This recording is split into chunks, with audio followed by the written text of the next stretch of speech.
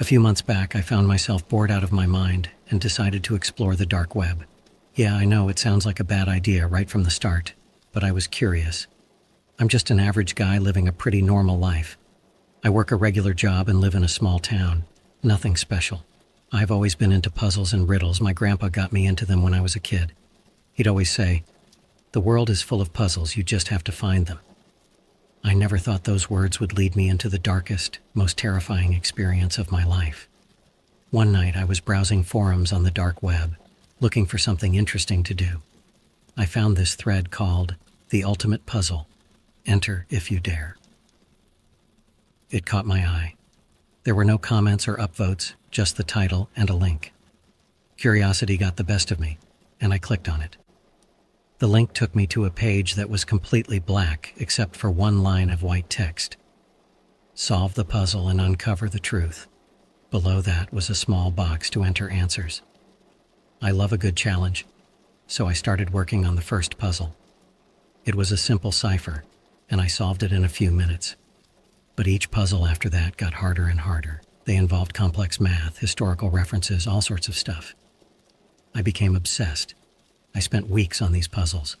I barely slept, hardly ate, and stopped hanging out with friends and family. They noticed something was wrong, but I just told them I was stressed from work. In reality, I was getting deeper into this weird, dark world. Then I reached the final puzzle. It was insane. It needed knowledge of ancient languages, quantum physics, and cryptography. I spent every waking moment on it, feeling like I was on the verge of something huge. When I finally solved it, the screen went black for a moment, and then a message appeared. "Welcome to the truth." I got redirected to a new page with a bunch of encrypted files. My heart was racing as I decrypted them one by one. These were CIA documents, and they were about UFOs and aliens. It felt like I was in a movie, but this was real. One document stood out. It was about something called Project Elysium. This was a top-secret operation to communicate with extraterrestrial beings. The details were terrifying. Experiments on humans and animals, psychological manipulation, and people disappearing without a trace. The more I read, the more I felt like I was in a nightmare. I knew I shouldn't be reading this stuff, but I couldn't stop. There were autopsy reports on alien bodies, photos of UFOs that had been recovered, and transcripts of conversations between high-ranking officials about the existence of aliens. Then weird things started happening. My computer would turn on by itself at night, and I began getting anonymous emails with cryptic messages. My phone would ring, but there'd be only static on the other end. It felt like someone, or something, was watching me. One night, as I was reading through another set of documents, I heard a loud knock on my door. It was almost midnight, and I wasn't expecting anyone. My heart was pounding as I approached the door and looked through the peephole. No one was there. I opened the door cautiously and found a small, unmarked envelope on my doorstep. Inside was a single piece of paper with a message typed in red ink. "Stop what you're doing. You're in over your head." That's when I realized I had gone too far. I tried to delete the files, but my computer froze every time I tried. Panicking, I disconnected it from the internet and shut it down, hoping that would solve the problem. But the strange things didn't stop. If anything, they got worse. I started seeing shadows moving out of the corner of my eye, hearing whispers when I was alone, and feeling this overwhelming sense of dread that I couldn't shake. My friends and family kept asking what was wrong, but I couldn't tell them the truth. They'd think I was crazy. So after that warning message, I decided to stay low for a bit. I disconnected my computer from the internet and tried to go back to my normal routine, but I couldn't shake the feeling that someone was watching me. It was like I had opened a door that should have stayed shut. One night, I went out for a walk to clear my head. It was pretty quiet, the streets almost empty. As I turned the corner to my street, I noticed a black van parked a few houses down from mine. I'd seen it a few times before, but I always thought it was just a coincidence. Now, I wasn't so sure. When I got home, I checked all the locks on my doors and windows. I was starting to feel really paranoid. That night, I barely slept, jumping at every little noise. Around 3 a.m., I heard a soft thud outside my door. My heart was pounding as I grabbed a baseball bat and slowly opened the door. There was another envelope. My hands were shaking as I picked it up. Inside was a USB drive and a note that said, You need to see this." I hesitated, but eventually plugged the drive into my offline computer. There were video files on it, labeled by dates. The most recent one was from just 2 days ago. I clicked on the first video. It showed what looked like a lab. Men in lab coats were examining what seemed to be an alien body. They were talking quietly, but I could make out some of what they were saying. They were discussing the alien's anatomy, its possible origins, and what it meant for humans. The next video was even worse. It showed experiments being done on people. There were people strapped to tables, being subjected to strange devices and injections. The screams and pleas for help were horrifying. I felt sick to my stomach but kept watching. The last video was the worst. It showed a meeting room with high-ranking officials talking about Project Elysium. They discussed how they were controlling information, manipulating the public, and making sure the truth about aliens never got out. One of them even mentioned that anyone who got too close to the truth would be taken care of. I felt like I was going to throw up. I pulled the USB drive out of my computer and threw it across the room. My mind was racing. What had I gotten myself into? I wanted to believe it was a prank, but deep down I knew it wasn't. The next few days were a blur. I was constantly looking over my shoulder, thinking someone was following me. The black van was outside my house more often. I tried to talk to my friends about it, but they just thought I was stressed out and paranoid. I couldn't blame them. It did sound crazy. Then one evening things took a turn for the worse. I was home alone, trying to relax with some TV.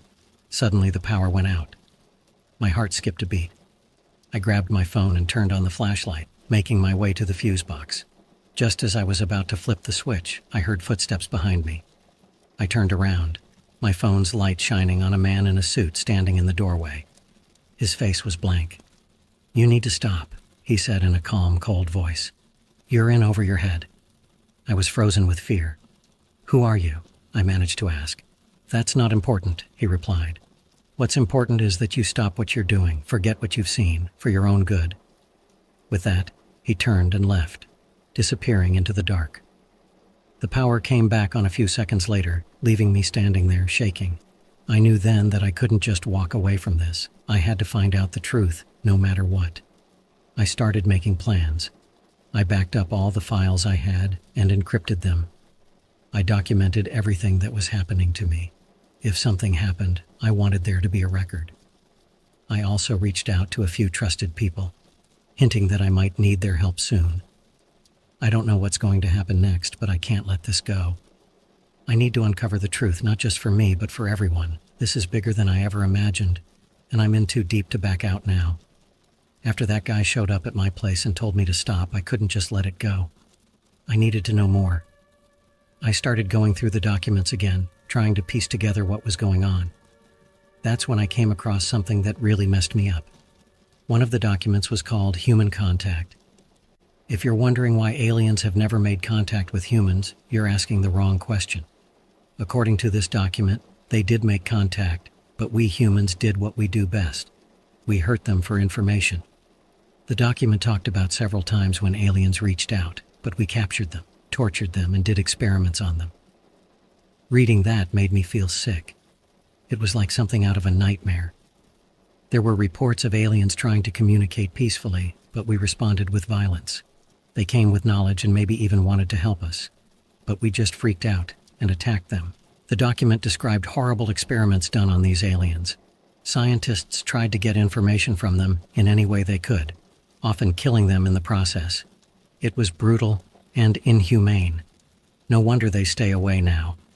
We showed them the worst side of humanity. I felt a mix of anger and sadness. How could we do this? What kind of message were we sending to the universe? I wanted to believe it wasn't true, but deep down I knew it was. Everything I'd seen and read pointed to the same conclusion.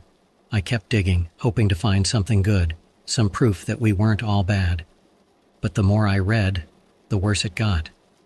There were more documents about how the government covered up any evidence of aliens, keeping the public in the dark. High-ranking officials talked about how important it was to control the information and keep everyone unaware. It was really depressing. I felt like the weight of this awful truth was crushing me. But I couldn't stop. I needed to know everything. I needed to understand what had happened and why. Weird things started happening more often. My phone would glitch, calls would drop suddenly, and I kept getting strange anonymous emails telling me to stop. The black van was still around, sometimes parked right outside my house for hours. I knew I was being watched, but I couldn't stop now. I had to see this through. One night, I was sitting in my living room, going through more files when I heard a noise outside. It was around midnight, and my neighborhood is usually quiet at that time. I peeked through the curtains and saw a figure standing by the black van. They were just standing there staring at my house. My heart was racing, but I knew I had to confront them. I grabbed my baseball bat and walked outside, trying to seem braver than I felt. "Who are you? What do you want?" I shouted. The figure didn't move at first, then slowly started walking toward me.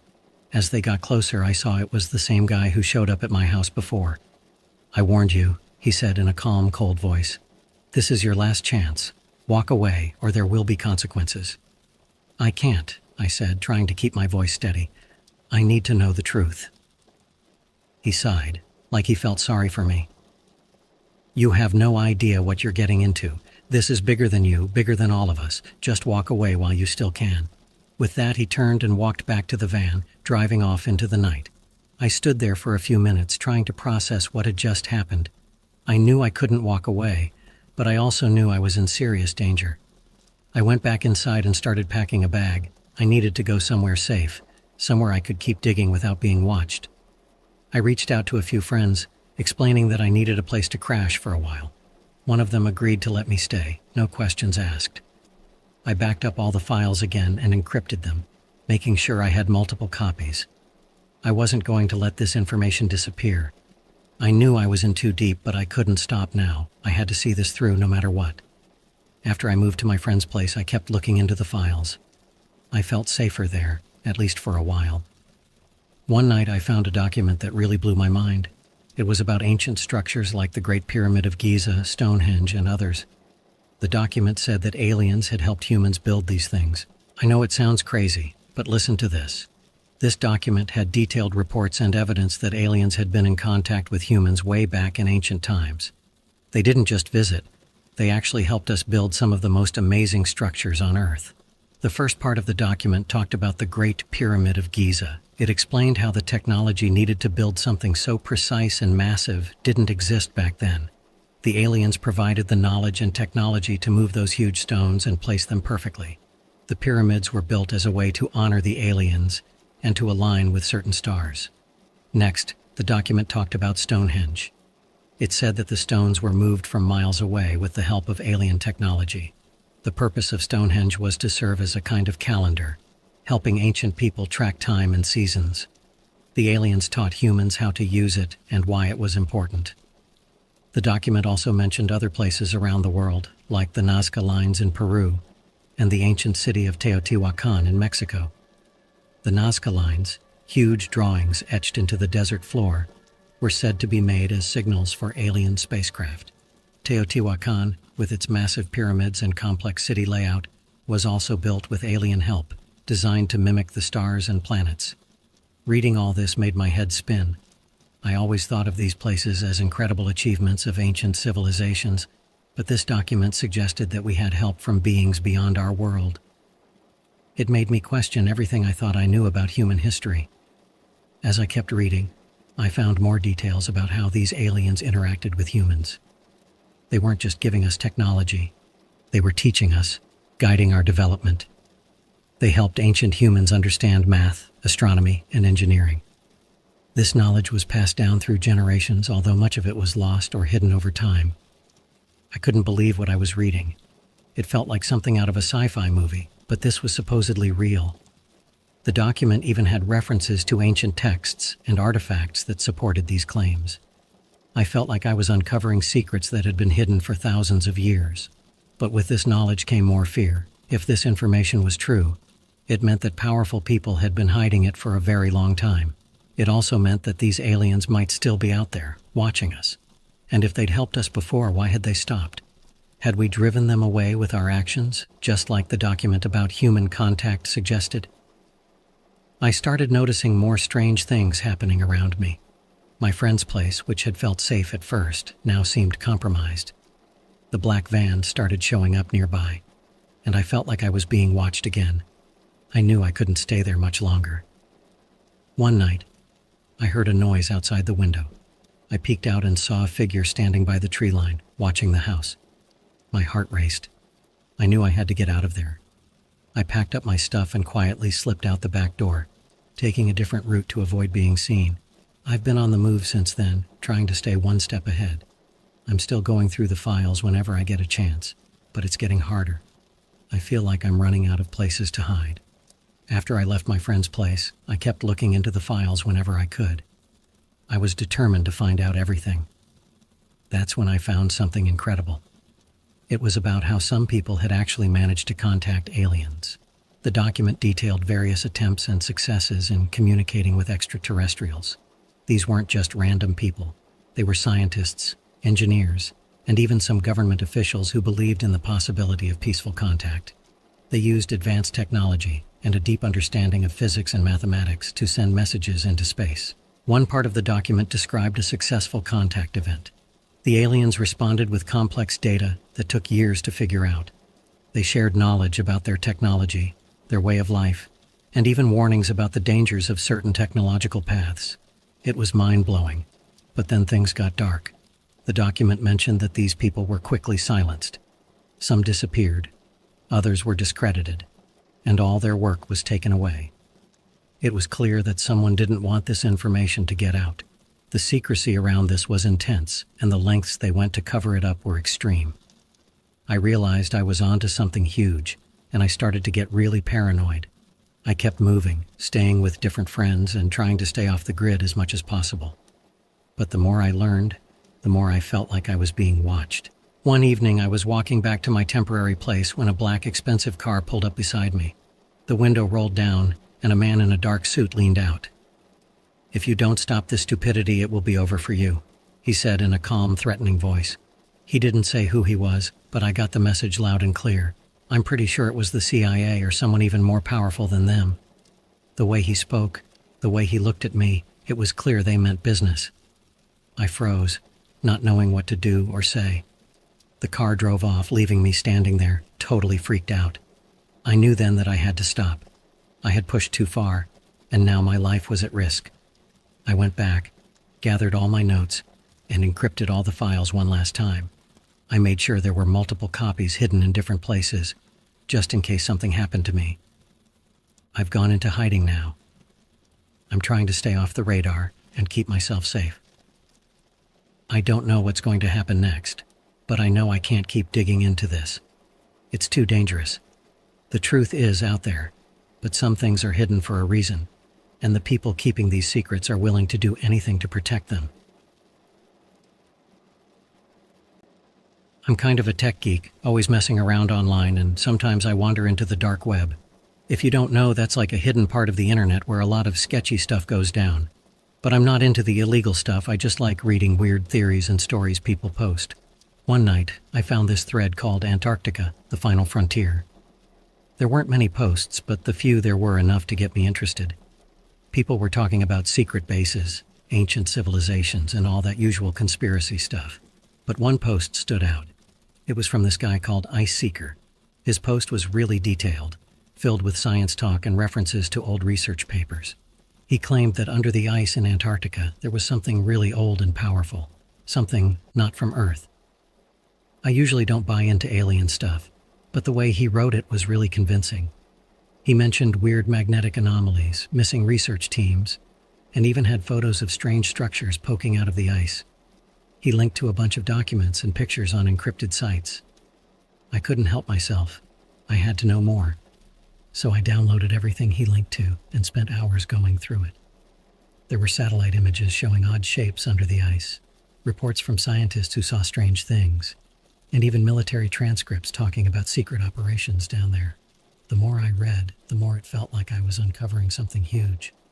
One night, while I was still reading, I got a message from Ice Seeker himself. He noticed I had downloaded the files and warned me to be careful. He said people who got too close to the truth tended to disappear. At first I thought it was just part of the conspiracy vibe, but then he sent me something that freaked me out. It was a video file, really encrypted. It took me a while to unlock it, but when I did, I wished I hadn't. The video showed a group of researchers in some remote Antarctic outpost. They were whispering, clearly scared. They kept looking at the entrance like they expected something to burst in. One woman, with a thick Russian accent, kept saying, "We shouldn't have dug so deep." The camera turned to a hole in the ice, surrounded by makeshift barriers. It looked like they had been digging for something. Then, the video cut to a scene outside. The wind and snow were howling, and the cameraman was running, making the image shake. There were screams, faint, but getting louder. He turned the camera back to the outpost and I saw it, a massive dark figure moving in the storm, way too big and fast to be human. The video ended abruptly. I sat there in the dark, heart pounding. I tried to convince myself it was a hoax, but the fear in their voices seemed too real. The desperation in their eyes wasn't something you could fake easily. I messaged Ice Seeker, asking for more info. He replied quickly, sending me some coordinates and telling me to check them against the satellite images I had. I did, and what I found was even creepier. The coordinates matched spots with weird anomalies, places where the ice had melted or where the snow was disturbed in precise patterns. For weeks, I was obsessed. I barely slept, always comparing notes, reading more documents, trying to piece it all together. I started noticing weird things. My internet would drop at strange times. My computer acted up, and I felt like someone was watching me. I saw unfamiliar cars parked near my house, and once I thought I saw someone standing in my yard staring at my window. But when I went to check, no one was there. The paranoia was getting to me, but I couldn't stop. I had to know the truth. One night I got another message from Ice Seeker. He said he had to go dark for a while. Things were getting too dangerous. He told me to be careful, to trust no one, and that they were always watching. Before he signed off, he sent me one last file. It was a map, showing a route through the Antarctic ice to what he called the source. I don't know what came over me, but I decided I had to see it for myself. I quit my job, used up my savings, and booked a flight to the southernmost point I could reach. I told my family I needed time away, that I was going on an adventure. They were worried, but they couldn't stop me. I was too far gone. As I boarded the plane, I couldn't shake the feeling I was making a huge mistake. But it was too late to turn back. I was on a mission to uncover a secret buried for thousands of years, and I had no idea what was waiting for me in the frozen wasteland of Antarctica. All right, so after I made it to Punta Arenas in Chile, I joined a tour group heading to Antarctica. I figured blending in with tourists would keep me under the radar. The flight over the Antarctic Peninsula was unreal, just endless white as far as you could see. When we landed, I split off from the group and headed towards the coordinates Ice Seeker gave me. It was risky, but I had all the gear I needed. Maps, a satellite phone, a portable heater, and a small tent. The first few days were brutal. The cold cut right through my clothes, but I pushed on. The landscape was just endless ice and occasional rocks.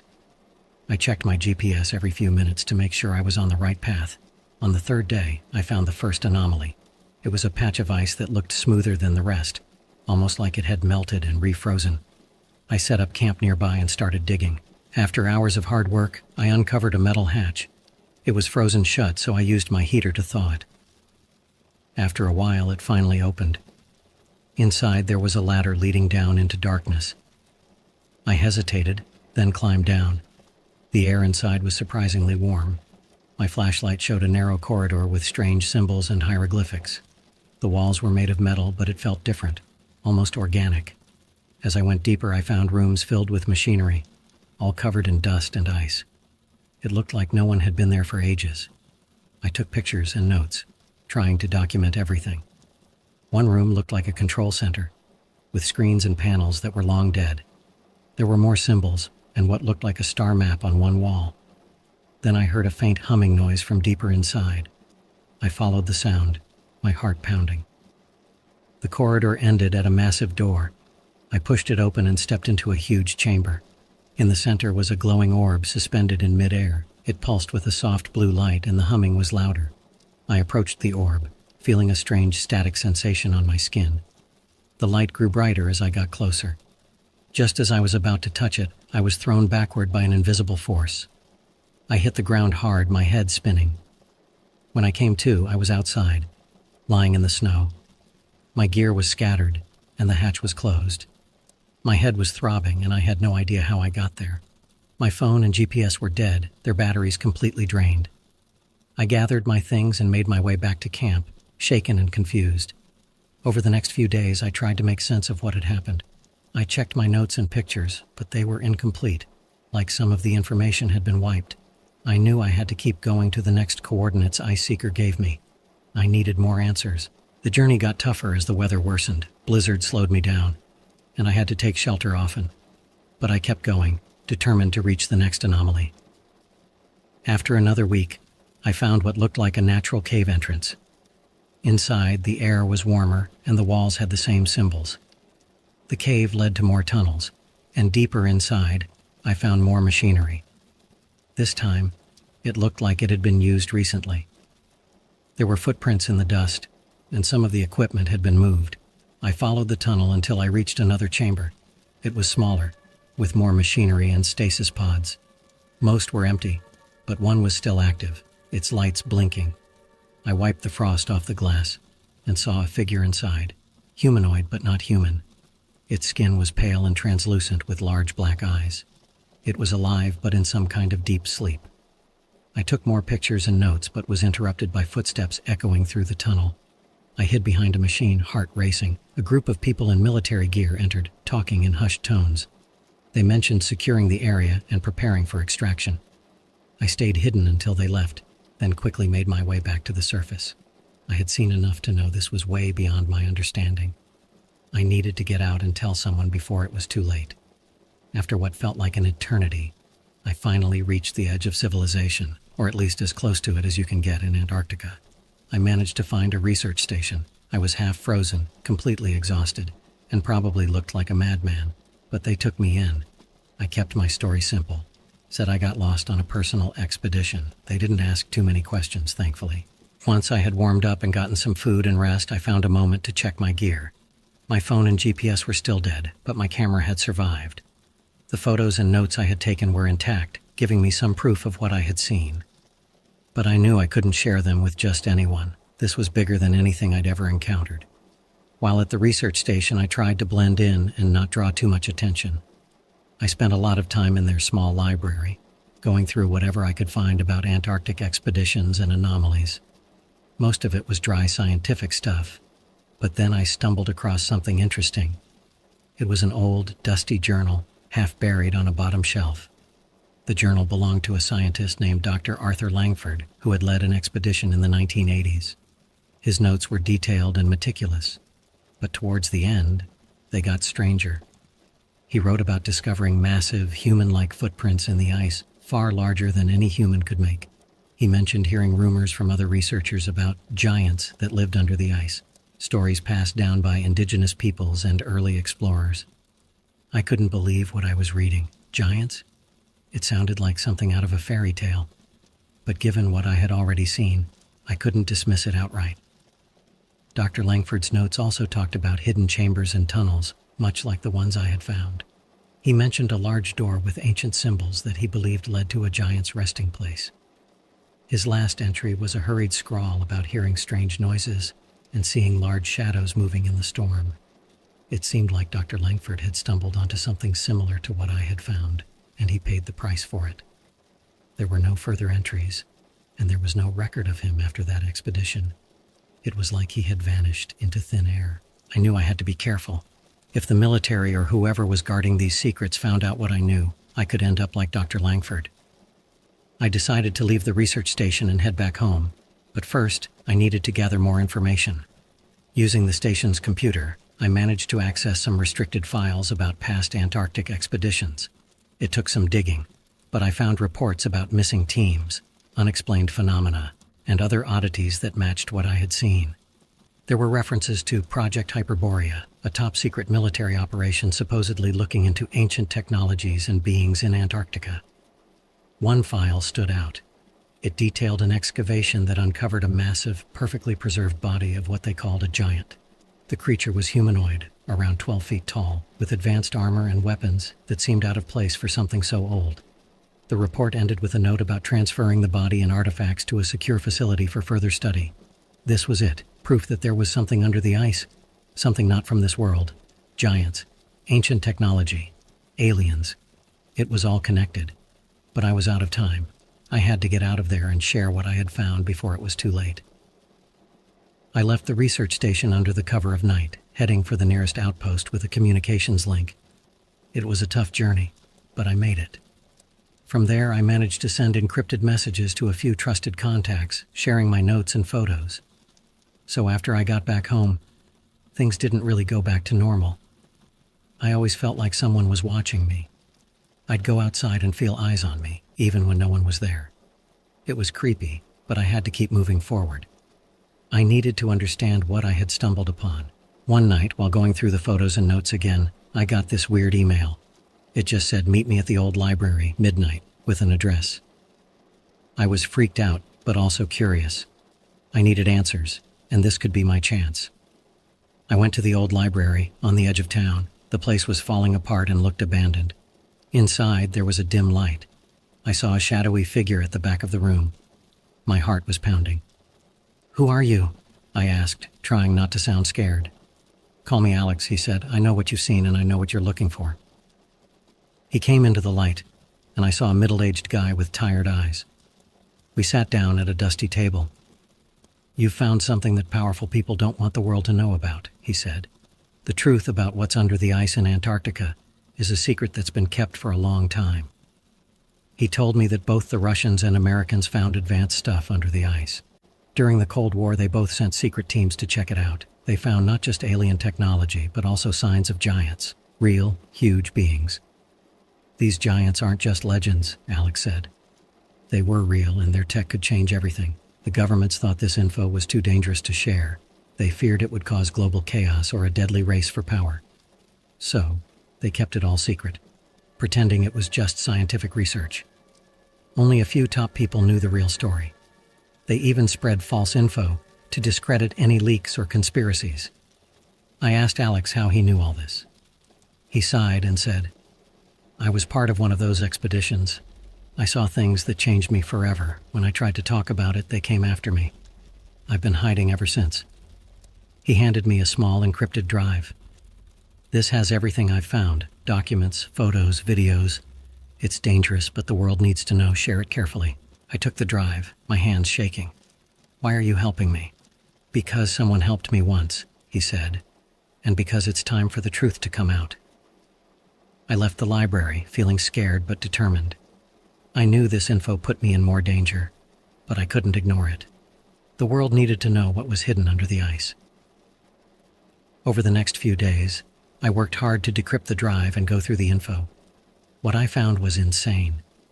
Detailed reports from both Russian and American scientists, videos of the digs, and images of the giants and their tech. There were also secret talks between high-ranking officials about keeping all this under wraps. I reached out to a few trusted journalists and researchers, sharing the files with them. They were skeptical at first, but the sheer amount of info convinced them. We agreed to release everything at the same time so it couldn't be shut down easily. As the release day got closer, I noticed more strange things. Unmarked cars, weird calls, people following me. I knew the risk, but it was too late to stop. The truth had to come out. Finally, the day came.